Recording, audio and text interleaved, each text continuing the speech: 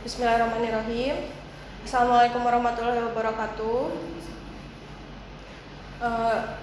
Perkenalkan, nama saya Mutia Hoirunisa, NIP 19191112023212014,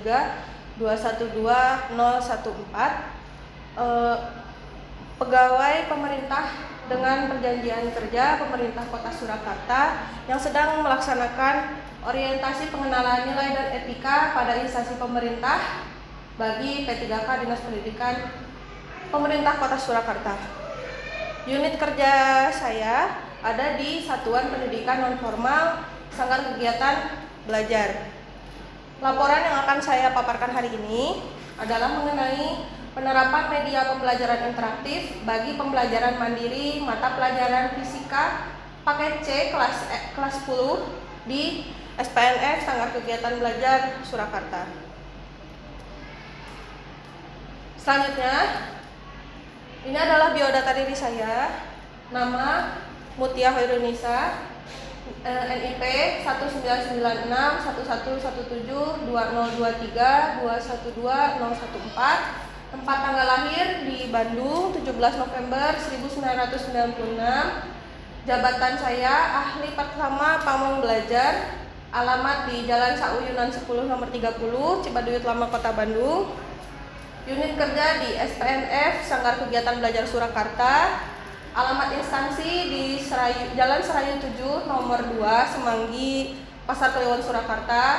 Lalu ada riwayat pendidikan saya dulu SD tahun 2002 sampai tahun 2008 itu di SD Negeri Banjarsari 1 Kota Bandung. Lalu untuk SMP dari 2008 sampai 2011 itu di SMP Negeri 11 Kota Bandung. Lalu SMA dari 2011 sampai 2014 itu di SMA Negeri 1 Katapang Kabupaten Bandung. Dan saya mengenyam pendidikan sarjana saya di Universitas Pendidikan Indonesia dengan jurusan Pendidikan Luar Sekolah Fakultas Ilmu Pendidikan dari 2015 hingga 2019. Lalu selanjutnya kita masuk ke dalam substansi. Yang pertama, untuk pendahuluan, tahap awal penting untuk pengenalan dan pembinaan pegawai baru. Jadi kegiatan orientasi yang saya jalankan bersama dengan seluruh rekan sejawat P3K di Pemerintah Kota Surakarta ini untuk sebuah tahap awal untuk mengenal, dan saya dan teman-teman sejawat ini dibina sebagai pegawai baru. Yang kedua itu untuk memastikan bahwa pegawai pemerintah dengan perjanjian kerja memahami tugas, fungsi, nilai dasar ASN dan etika kerja dan kode etik berakhlak yang berorientasi pelayanan, lalu ada akuntabel, lalu ada kompeten, lalu ada harmonis, loyal, adaptif, dan kolaboratif.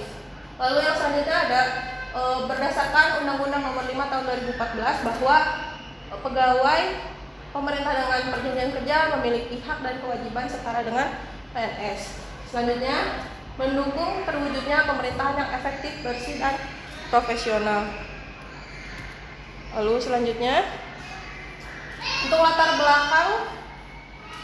belakang penyusunan laporan orientasi nilai dan etika, pengenalan nilai dan etika kali ini adalah pertama Peraturan Pemerintah Nomor 49 Tahun 2018 tentang manajemen P3K, bahwa P3K atau pegawai pemerintah dengan perjanjian kerja itu harus melalui orientasi, dimulai dari orientasi yang pertama dan sekarang orientasi yang kedua mengenai pengenalan etika dan nilai. Yang kedua, Peraturan Lembaga Administrasi Negara Nomor 15 Tahun 2020 tentang pengembangan kompetensi pegawai pemerintah dengan perjanjian kerja, bahwa kegiatan orientasi yang sedang dijalankan kali ini itu berdasarkan dari Peraturan LAN Nomor 15 Tahun 2020, sehingga semua pegawai pemerintah dengan perjanjian kerja ini kompetensinya itu tidak hanya di situ saja, tapi ada pengembangannya. Lalu yang ketiga, Peraturan Menteri Pendayagunaan Aparatur Negara dan Reformasi Birokrasi Nomor 70 Tahun 2020 tentang masa hubungan perjanjian kerja pegawai pemerintah dengan perjanjian kerja. Di situ disebutkan bahwa masa hubungan perjanjian kerja selain daripada P3K menerima kontrak pekerjaan sekian tahun, itu ada juga hak dan kewajiban yang perlu dilaksanakan oleh P3K itu sendiri. Lalu yang terakhir, Peraturan Menteri Pendidikan dan Kebudayaan Nomor 39 Tahun 2013 tentang petunjuk teknis jabatan fungsional pamong belajar dan angka kreditnya, bahwa di peraturan tersebut itu ada mencakup keseluruhan dari tugas pokok dan fungsi dari pamong belajar. Selanjutnya, maksud dari tujuan dari orientasi ini adalah pertama, membekali pegawai pemerintah dengan perjanjian kerja dengan core value berakhlak. Yang kedua, menginternalisasikan etika kerja dan dalam lingkungan pemerintah. Yang ketiga, meningkatkan kompetensi peserta dalam inovasi pembelajaran.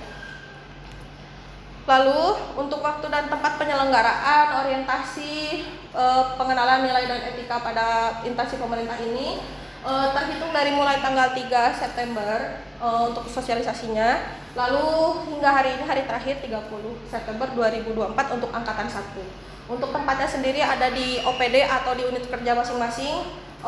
Saya sendiri bertempat di SPNF Sanggar Kegiatan Belajar Surakarta, Jalan Setayu 7 nomor 2, Pasar Kliwon, Surakarta. Selanjutnya, nilai dan etika pada pemerintah Kota Surakarta. Visi pemerintah Kota Surakarta per tahun 2024 adalah mewujudkan Surakarta sebagai kota budaya yang modern, tangguh, gesit, kreatif, dan sejahtera. Selanjutnya, untuk misi dari pemerintah Kota Surakarta. Yang pertama adalah meningkatkan kesehatan masyarakat yang berkelanjutan, memperkuat pertumbuhan ekonomi yang kuat dan berkelanjutan, mewujudkan tata ruang dan infrastruktur kota yang mendukung pemajuan kebudayaan dan pariwisata berkelanjutan, meningkatkan kualitas dan daya saing pemuda dan masyarakat umum di bidang pendidikan, mengembangkan tata kelola pemerintahan dan pelayanan publik yang gesit dan kolaboratif, berlandaskan semangat gotong royong dan kebinekaan, mewujudkan kemakmuran dan kesejahteraan bersama warga kota yang berkeadilan dan inklusif. Yang terakhir, mewujudkan daerah yang kondusif dan kerukunan antar umat beragama dalam tata kehidupan. Selanjutnya, ini struktur organisasi Pemkot Surakarta atau SOTK. Pertama ada dari wali kota dan wakil wali kota, lalu ada sekretariat daerah, sekretariat DPRD dan inspektorat, lalu ada dinas-dinas daerah, badan daerah, dan kecamatan. Terdapat sekitar 20 dinas daerah, ada 7 badan daerah, dan ada 5 kecamatan dengan membawahi beberapa kelurahan. Lalu selanjutnya untuk manajemen P3K, yang pertama, Peraturan Pemerintah Nomor 49 Tahun 2018 mengatur standar profesionalisme aparatur sipil negara dan khususnya manajemen pegawai pemerintah dengan perjanjian kerja. Yang kedua, sistem pengelolaan untuk menghasilkan aparatur sipil negara yang profesional dan berintegritas. Kemudian, bertujuan untuk memastikan aparatur sipil negara bekerja bebas dari intervensi politik dan praktik KKN atau korupsi, kolusi, dan nepotisme. Lalu yang keempat, itu adalah kode etik berakhlak, berorientasi pelayanan, akuntabel, kompeten, harmonis, loyal, adaptif, dan kolaboratif. Lalu selanjutnya untuk penilaian kinerja P3K sendiri, itu dinilai berdasarkan target kerja, perilaku, dan hasil kerja dengan prinsip objektif, transparan, dan akuntabel. Selanjutnya untuk disiplin P3K itu bahwa pegawai pemerintah pegawai pemerintah dengan perjanjian kerja harus mematuhi disiplin yang ditetapkan oleh instansi masing-masing. Hukuman disiplin dijatuhkan sesuai dengan aturan yang berlaku. Kemudian yang selanjutnya ada nilai dan etika organisasi. Yang pertama, karena SPNF SKB itu ada di bawah Dinas Pendidikan, maka untuk OPD untuk nilai dan etika organisasi pemerintah daerah itu yang pertama adalah visi dari Dinas Pendidikan Kota Surakarta, yaitu terwujudnya layanan pendidikan yang bermutu dan paripurna. Untuk mewujudkan visi tersebut, bahwa kita harus melalui misi-misi. Yang pertama adalah meningkatkan keterjangkauan dan perluasan layanan pendidikan yang bermutu dan paripurna, meningkatkan keterjangkauan dan perluasan layanan pendidikan yang paripurna, dan yang terakhir meningkatkan sumber daya aparatur yang membidangi pelayanan. Lalu selanjutnya, tujuan dari Dinas Pendidikan adalah pernyataan-pernyataan tentang hal-hal yang perlu dilakukan untuk mencapai visi. Bahwa tujuan Dinas Pendidikan Kota Surakarta tahun 2021 sampai 2026 adalah mewujudkan masyarakat cerdas dan berkarakter unggul dengan indikator tujuan, yaitu rata-rata nama sekolah dan harapan nama sekolah. Selanjutnya, untuk program strategis Dinas Pendidikan ada beberapa. Yang pertama ada program pengelolaan pendidikan, yang kedua ada program pengembangan kurikulum, yang ketiga ada program pendidik dan tenaga kependidikan, yang keempat ada program pengendalian perizinan, yang selanjutnya ada program pengembangan badan bahasa dan sastra, yang terakhir ada program penunjang urusan pemerintah daerah, kabupaten atau kota masing-masing. Lalu selanjutnya ada SOTK dari Dinas Pendidikan. Terdapat 4 bidang di Dinas Pendidikan dan ada 1 sub bagian administrasi dan umum. Untuk bidang sendiri, yang pertama ada bidang pendidikan sekolah dasar, yang kedua ada bidang pendidikan sekolah menengah pertama atau SMP, yang ketiga ada bidang pendidikan anak usia dini dan pendidikan non formal, dan yang keempat ada bidang pengembangan pendidikan. Untuk SPNF SKB sendiri itu ada di bawah bidang pendidikan anak usia dini dan pendidikan non formal.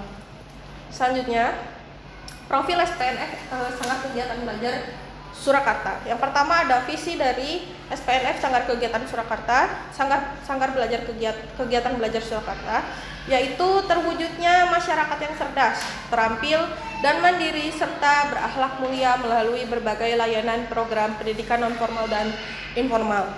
Untuk misinya sendiri itu ada 6. Yang pertama, melaksanakan layanan pendidikan non formal dan informal berupa pembelajaran pendidikan anak usia dini atau PAUD, kejar paket A, paket B, dan paket C, serta pendidikan keluarga. Yang kedua, melaksanakan layanan pendidikan non formal dan informal berupa kursus dan keterampilan. Yang ketiga, melaksanakan layanan pendidikan non formal dan informal berupa bimbingan dan pelatihan bagi pendidik dan tenaga pendidikan yang memiliki kualifikasi pendidikan sesuai perkembangan ilmu pengetahuan dan teknologi. Yang keempat, melaksanakan layanan pendidikan non formal dan informal berupa program keaksaraan fungsional. Lalu yang kelima, mengembangkan bahan ajar PNFI, dan yang keenam, mengembangkan sistem informasi manajemen PNFI. Tujuan dari SPNF Sanggar Kegiatan Belajar Surakarta, yang pertama untuk menghasilkan warga belajar yang berprestasi, berhasil dalam kemajuan kelas, bersaing secara kreatif dan unggul dalam keterampilan sesuai kompetensi program profesinya. Yang kedua, menghasilkan lulusan yang bermutu, berdaya saing, unggul dalam bidang akademik, dan melanjutkan studi lanjut untuk mengisi lowongan pada instansi pemerintahan dan swasta. Yang selanjutnya, menyiapkan warga belajar menjadi sumber daya produktif yang terpercaya, karena generasi muda itu mempunyai kapasitas untuk mengembangkan dan menyebarkan ilmu pengetahuan, teknologi, seni dan budaya, serta berupaya menerapkannya dalam keterampilan yang dimiliki oleh peserta didik. Selanjutnya, untuk program dari SPNF Sanggar Kegiatan Belajar Surakarta. Yang pertama ada program pendidikan kesetaraan paket B dan paket C. Lalu yang kedua ada program pendidikan anak usia dini atau PAUD. Ada 2 kelompok, ada kelompok bermain dan ada taman kanak-kanak. Lalu yang terakhir ada program pendidikan kecakapan hidup. Terdapat beberapa bentuk kursus di dalam program pendidikan kecakapan hidup. Selanjutnya untuk struktur organisasi dari SPNF Sanggar Kegiatan Belajar Surakarta. Ada Kepala SPNF SKB Surakarta Ibu Warsiti Utami SP. Lalu ada Bapak Swasti Sumarjoko SPD sebagai pengelola program paket C dan itu sebagai pamong belajar. Lalu ada Ade Wahyu Cahyani Tias SPD sebagai pengelola program paket B dan kursus, juga pamong belajar. Dan ada saya sendiri Mutia Hunisa SPD sebagai pengelola program PAUD yang juga pamong belajar. Selanjutnya, untuk tupoksi, saya sebagai pegawai pemerintah dengan perjanjian kerja di unit kerja SPNF SKB Surakarta berdasarkan Peraturan Direktur Jenderal Guru dan Tenaga Kependidikan Kementerian Pendidikan Kebudayaan Riset dan Teknologi nomor 3459-B.B1-HK.030.01/2024 bahwa Pamong Belajar merupakan jabatan fungsional yang memiliki standar kompetensi. Pamong Belajar adalah pendidik dengan tugas utamanya yaitu yang pertama melakukan kegiatan belajar mengajar sama seperti guru. Namun untuk Pamong Belajar itu melaksanakan kegiatan belajar mengajar untuk tujuan riset. Yang kedua, pengkajian program. Di situ kita akan mengidentifikasi bahwa kebutuhan belajar dari warga belajar, lalu kita melaksanakan program tersebut. Yang terakhir, pengembangan model pendidikan non formal dan informal pada unit pelaksana teknis atau unit pelaksana teknis daerah dan satuan pendidikan non formal dan informal. Selanjutnya, kita masuk ke dalam identifikasi isu. Yang pertama, media pembelajaran yang digunakan bersifat pasif dan kurang interaktif. Apa yang terjadi di SPNF SKB Surakarta, terutama di paket C-nya, itu bahwa media pembelajaran yang digunakan itu kurang menarik bagi peserta didik seperti itu, sehingga motivasi mereka untuk belajar itu cukup rendah dikarenakan media pembelajaran. Salah satu faktornya adalah media pembelajaran yang kurang menarik. Lalu selanjutnya, keterbatasan metode dan sumber daya belum memberikan solusi bagi kebutuhan peserta didik. Dari mulai tutor yang memberikan pembelajaran itu keterbatasan waktu dari warga belajar juga, karena sebagian besar dari warga belajar paket C itu adalah pekerja, itu belum tentu memberikan solusi bagi kebutuhan peserta didik. Lalu waktu belajar yang singkat memerlukan media interaktif untuk memaksimalkan pembelajaran. Selanjutnya, media pembelajaran interaktif diperlukan untuk mendukung pembelajaran mandiri secara efektif, sehingga anak-anak atau warga belajar atau peserta didik itu bisa melaksanakan pembelajaran mandiri jika media pembelajarannya itu bisa bersifat komunikatif dua arah atau interaktif. Lalu yang terakhir, media interaktif meningkatkan keterlibatan aktif peserta didik dan membantu memahami konsep mata pelajaran apapun dengan cara yang lebih menarik. Selanjutnya, langkah aktualisasi solusi inovatif.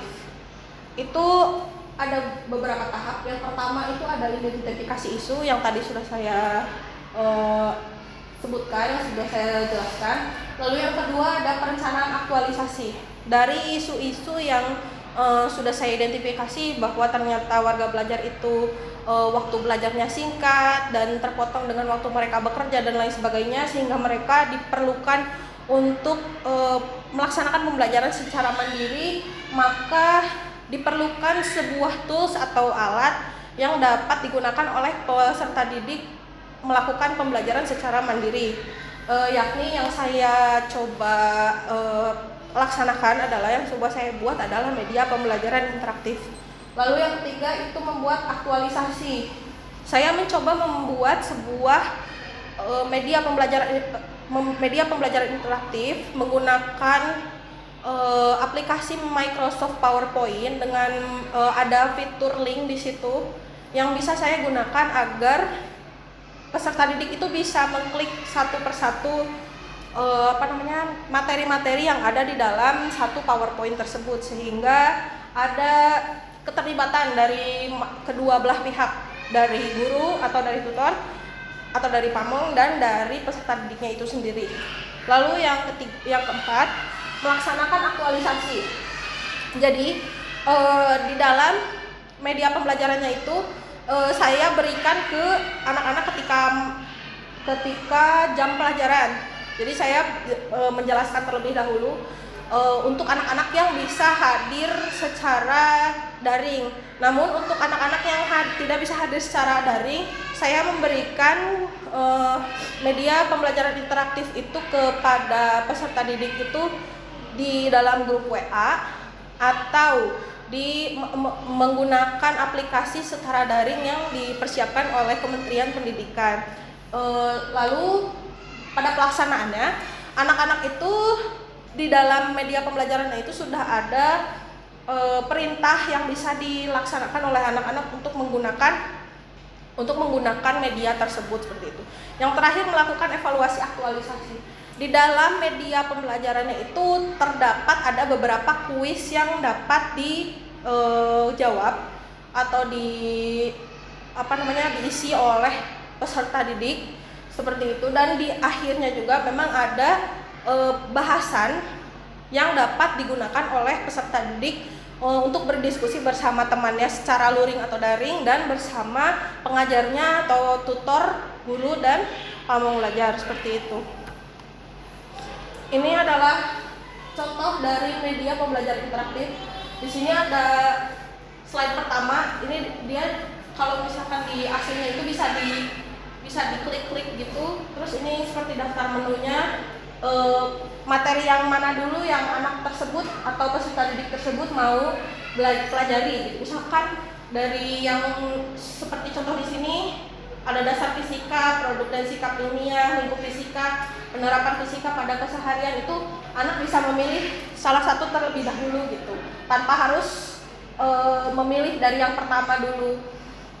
Lalu selanjutnya di dalam slide ini juga gambar-gambar ini tuh bisa diklik seperti itu. Nanti di situ ada pembahasannya, setiap gambar itu ada pembahasannya. Lalu selanjutnya contoh kuisnya seperti ini. Itu ada penerapan fisika di dalam satu buah benda. Itu ada beberapa fisika di situ. Jadi bisa diklik di bagian-bagiannya seperti itu. Lalu penutup, orientasi dari untuk P3K pengenalan nilai dan etika ini memperdalam pemahaman peserta mengenai core value berakhlak dan pentingnya integritas dalam pekerjaan sehari-hari. Terima kasih. Yang dari Ibu ada pertanyaan? Terima kasih atas presentasi yang telah disampaikan. Apa yang telah disampaikan sesuai dengan apa yang SPNF SKB Surakarta. Untuk itu, tapi masih ada satu pertanyaan untuk Mutia Khairunisa. Pada pelaksanaan penerapan media pembelajaran interaksi tersebut, apakah sudah sesuai dengan tujuan atau harapan dari Anda? Jika sudah, mohon untuk dijelaskan hasil evaluasinya. Terima kasih kepada Ibu Warsiti Utami untuk pertanyaannya. Untuk pelaksanaannya sendiri itu alhamdulillah sudah sesuai dengan harapan saya sebagai pengajar. Bagaimana saya dari awal mengidentifikasi isu, lalu saya merancang dan membuat sebuah media pembelajaran tersebut. Ternyata dari situ anak-anak itu atau peserta didik itu memiliki motivasi yang cukup baik gitu daripada sebelumnya, karena perbedaan dari media yang digunakan. Di awal itu kan media itu sangat pasif ya Bu, jadi tidak ada interaksi antara kedua belah pihak, guru dan tutor dan peserta didik gitu. Setelah penggunaan dari media pembelajaran interaktif ini, anak-anak justru jadi lebih bersemangat untuk melakukan pembelajaran secara mandiri, apalagi anak-anak yang peserta didik yang bekerja gitu. Jadi kan mereka itu waktunya cukup singkat gitu untuk belajar, sehingga setelah itu nilai mereka juga cukup bagus. Untuk ujian sumatif di akhir itu mereka memiliki nilai yang meningkat seperti itu, Ibu. Ya, terima kasih. Semoga untuk kedepannya paket C dan paket B semakin maju dengan evaluasi ini dijelaskan, dari hasil evaluasi yang dijelaskan oleh Saudara Mutia Khairunisa. Terima kasih. Ya, terima kasih. Begitu cukup ya Bu untuk pertanyaannya. Sudah cukup satu aja. Terima kasih banyak sebelumnya. Untuk penutupnya, untuk pelaksanaan orientasi ini sangat bagus, dan saya sebagai pegawai pemerintah dengan perjanjian kerja juga memiliki kompetensi yang meningkat. Setelah ini saya jadi mengerti bagaimana itu menjadi seorang pegawai di pemerintahan. Lalu selanjutnya semoga untuk orientasi kedepannya atau ada pelatihan selanjutnya saya bisa mengikutinya dengan baik. Amin. Terima kasih. Wabillahi taufiq wal hidayah. Wassalamualaikum warahmatullahi wabarakatuh. Waalaikumsalam warahmatullahi wabarakatuh. Terima kasih.